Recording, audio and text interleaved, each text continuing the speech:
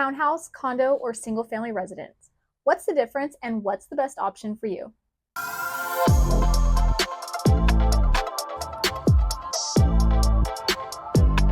everyone, I'm Alex Sousa. I'm your host, and today we're going to talk about the 3 different types of homes you should be considering if you're thinking of buying a home.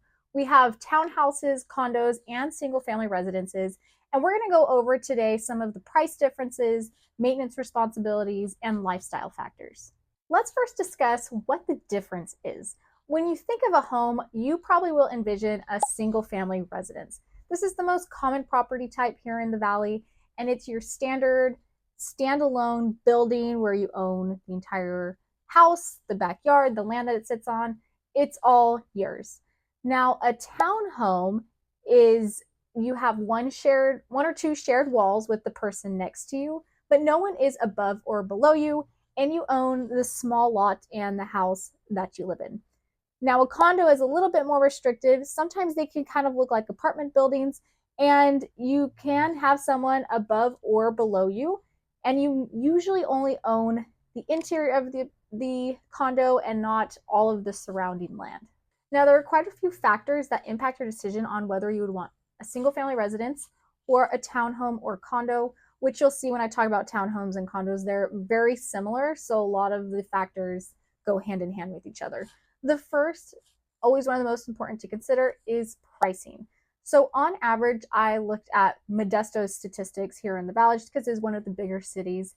And the median home price for a single family residence at the moment is $459,000. Now, of course, this is just a median. The range is much bigger than that depending on your location, the size of the home, and a lot of other factors. Now, if you're looking at a townhouse, you're looking at around $325,000 or so median price, and for a condo, median price in the past few years has been $245,000. Once again, there is a big range. The nicer the townhome or condo, the more expensive that it's going to be. Now, the next biggest factor you should be considering is the maintenance.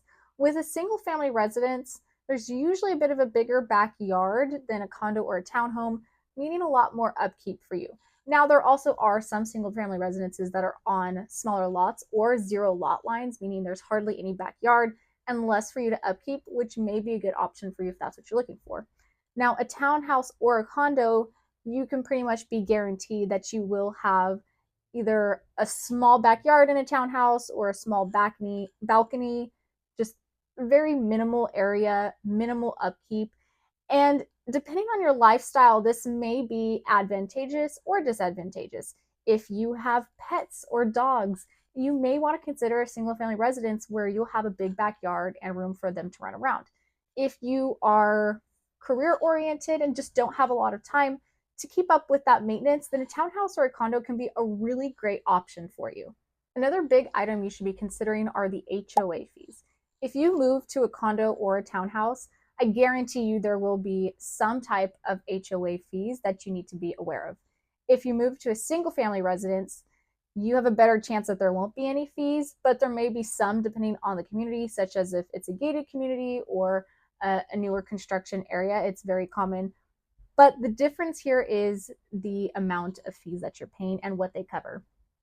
So in a single family residence, if you do have HOA fees, it's usually much more minimal, and it covers things such as, the road maintenance, maybe your front yard landscaping and things like that.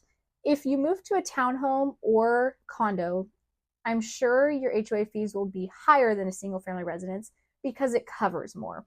A lot of times it can cover your water, sewer, trash, all of the outside landscaping maintenance. If there are common areas such as pools or clubhouses, it'll cover that as well too.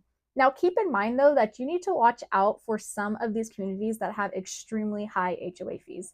If you are paying an extremely high amount for HOAs every month and it's not covering things such as water, sewer, trash, and a lot of other expenses that you'd be paying for no matter what kind of home you buy, then you should consider a different community.